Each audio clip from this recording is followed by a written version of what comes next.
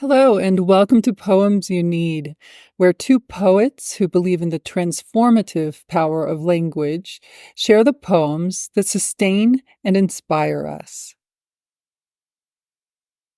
Hi, I'm Melissa Studdard. And I'm Kelli Russell Agodon. And today we're sharing poems by Laura Villareal. And the poem I'm going to share is called Girl's Guide to Leaving. And I chose this poem because it has really fantastic imagery and metaphors and just has this incredible momentum that just culminates in this beautiful ending. So, Girl's Guide to Leaving. In the beginning, there were white owls with the faces of women, the ones your grandmother warned you about, the ones your mother said were only Mexican folklore. But now you see them everywhere. As you drive late at night on a road that turns sharply like a wind-up toy, reminding you it doesn't belong to you and never will. You know the remedy. Hug the curves until they croon for you like your grandmother's music boxes. You've always known how to charm a place into loving you back, but for now, this state, this road, and even the sky doesn't belong to you. Your want sparks a miracle of feathers. Your want pours you awake each morning. You come from a long line of wandering men who cut night in half just to leave a city with an infant cooing in her sleep. In the beginning, women sold their hearts for freedom and were vilified in legends. You were the first girl in your family to never stop moving. Your legend is that you write your own legend. Heartless girl, if you don't keep moving, any place could become a cage. And you've already escaped once. Luck doesn't occur twice, you know? That's an amazing poem with so many different levels happening. And the first thing that really took me was the simile of on a road that turns sharply like a wind-up toy, reminding you it doesn't belong to you and never will. And then that same idea of things not belonging are brought back later in the poem. And I thought that was so interesting, where your legend is you write your own legend. And then it says, heartless girl, if you don't move it, keep moving, any place could become a cage. And I had this like sense of, women feeling taking care of themselves is being heartless and writing their own legend. So you've already escaped once. And that hit me in a way, hearing it, which I hadn't really thought about it. But in the beginning, women sold their hearts for freedom and they were vilified. And I just felt like that internal things that we put on ourselves when we make choices that are to help ourselves, but they don't make other people happy or comfortable. And so that term heartless girl really is a very powerful move Laura did there. Yeah, I agree. And it's like the idea that you should have to apologize for taking care of yourself, which is something that a lot of us have been trained to think. And she does it anyway. Yeah. And she writes her own legend. And you have this feeling also of a young woman who is realizing that the legends and everything that is about movement and all of these things that have formerly belonged to the men in her family are now belonging to her. Like before, it was only for the men. Now, she's the first generation of realizing, like, no, I can do this too.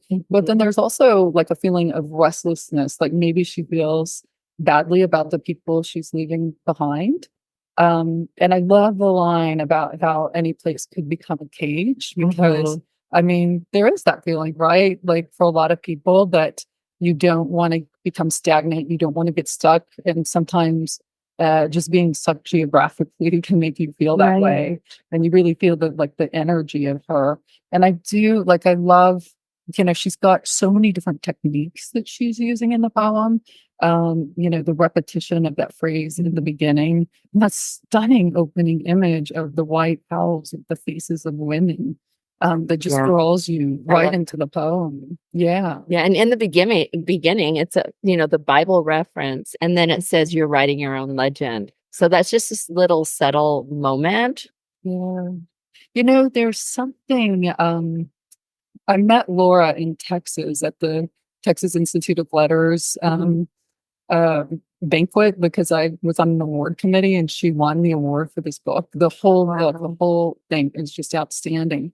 But, I feel the Texas in this poem. I feel, it's got a bit of, I don't know, bravado or swagger or honky tonk or, something that feels very Western to me. Yeah. And I really appreciate that aspect of the poem. Well, there definitely is that with the West, the Wild West, the heading west. So, and this kind of plays into my poem, is that the luck doesn't occur twice, because my poem is called "My Mom Buried a Saint in the Yard." And as somebody who comes from a Catholic family where you put St. Christopher's in when you travel, or even in your daughter's backpack, these, it's that whole idea of luck and superstition. Yeah.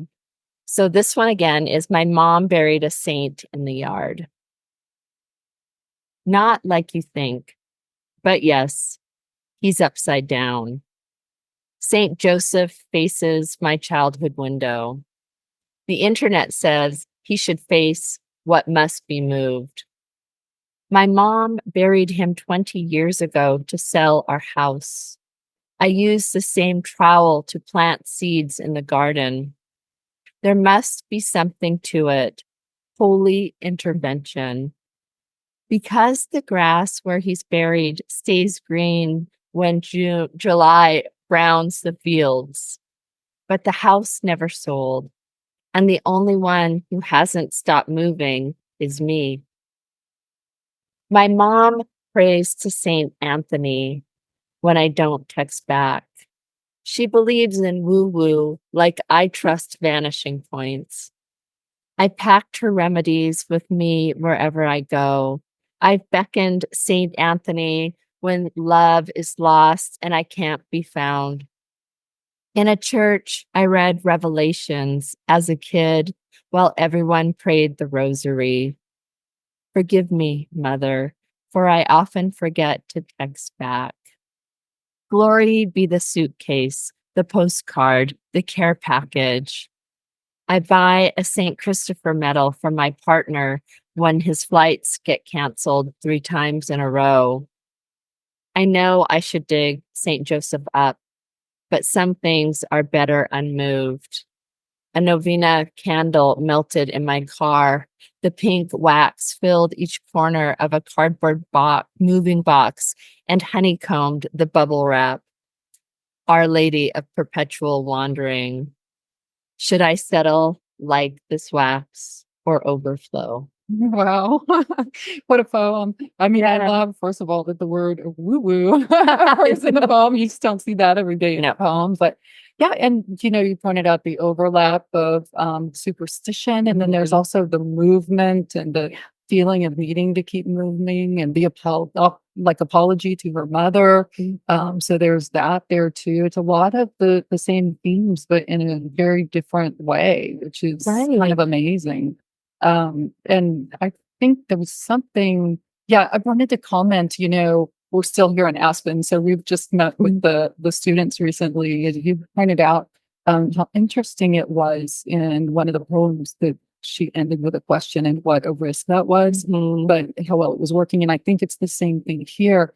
Should I settle like this wax or overflow? I mean, it's such an incredible closing image and closing question, and you really feel her heart so deeply in this. But to put it in these tangible terms of like wax, the decision of whether or not to stay or go, seems to be like the perpetual question in these poems. Yeah, and that word settle. Should I settle? Like that never feels good. Like, should I settle? Like, Just that word choice. Yeah, that right there. And then like this wax or overflow. And it reminds me like when you're watching a really good film and it ends and you don't know where the characters are going, you might have an inkling of what should they do. And you just want to say, somebody else could read this poem and say, oh, maybe I should settle, or somebody else like me might think, let her overflow. Yeah. And it's interesting what you said about this poem having the similar themes, like with the moving and that, but so completely different. And I was thinking it's because this is all through the lens of Catholicism. And, if people don't know, you do bury a saint upside down to sell your house. And if you do lose something, you pray to Saint Anthony. So I love that the mom is praying to Saint Anthony because the speaker doesn't text back. So that's the assumption the speaker's lost. Yeah. But I also understand, coming from a Catholic background, how some of these things are hard to get rid of. So there's a speaker buys a St. Christopher medal for my partner when his flights gets canceled 3 times in a row. And I understand that. I have been the mom who doesn't practice Catholic, but you think, well, what does it hurt if I put the St. Christopher, or what if I travel with one? I traveled here with my St. Christopher medal. Yeah. So there's that where we can say, I don't believe in the woo-woo. She has the woo-woo and I have vanishing points. I have science, but sometimes it doesn't hurt just to have like a little extra backup, especially if you were raised that way and really taught that doing all these things keeps people alive. Yeah.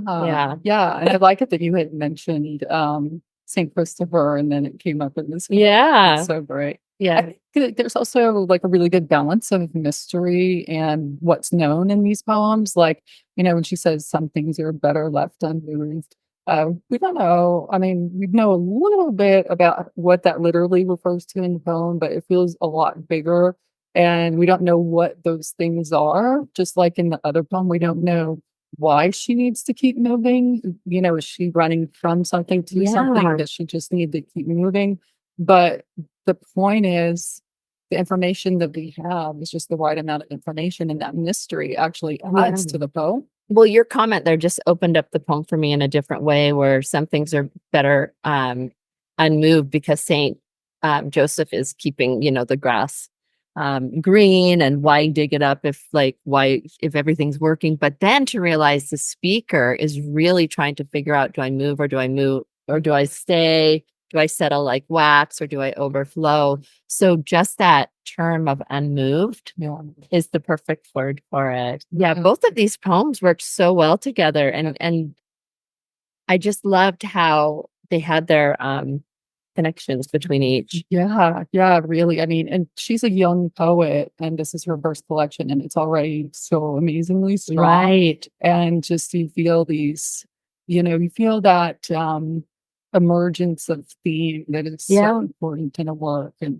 to have such a consistent speaker that we can read one poem and then read another and feel like, oh, I'm beginning to know the I in these poems. And I love that when that happens. Yeah, amazing work from Laura here. Absolutely. Yeah. Thanks, Laura. Thank you for celebrating poetry with us today. Information about the poet and works featured can be found on the episode page. And if you enjoyed today's readings, please press the like button and subscribe so not to miss another poem. You can also share the episode with a friend, and we hope you do. Until next time, we wish you beauty, inspiration, and very meaningful days. May you always have the poems you need.